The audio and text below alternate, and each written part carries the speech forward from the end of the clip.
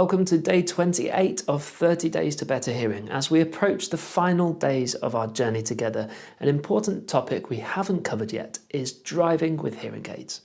Many of you wonder about the impact of hearing aids on your driving experience. Let me assure you, hearing aids are not just compatible with driving, they enhance it. When it comes to driving, auditory information is as crucial as visual.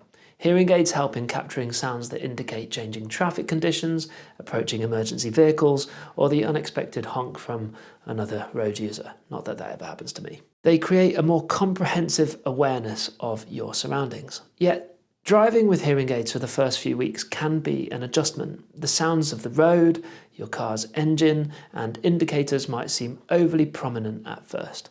This is normal. Over time, your brain will learn to prioritize these sounds, filtering what's important from what can be ignored.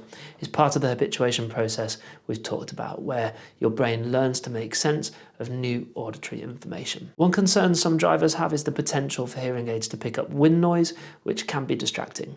Most modern hearing aids have features to minimize such background noise, enhancing your ability to focus on crucial sounds. If wind noise is a concern for you, speak with your audiologist. They can adjust your hearing aids to better manage this issue. Remember, the primary function of your hearing aids while driving is to ensure you can hear essential sounds more clearly, not necessarily to make everything louder.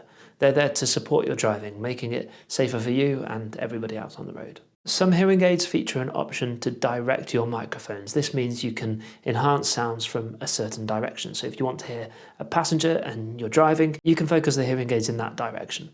Alternatively, you can consider using a remote microphone. Just make sure you have environmental awareness too, and it isn't a safety hazard. I'll see you back here again tomorrow for day 29.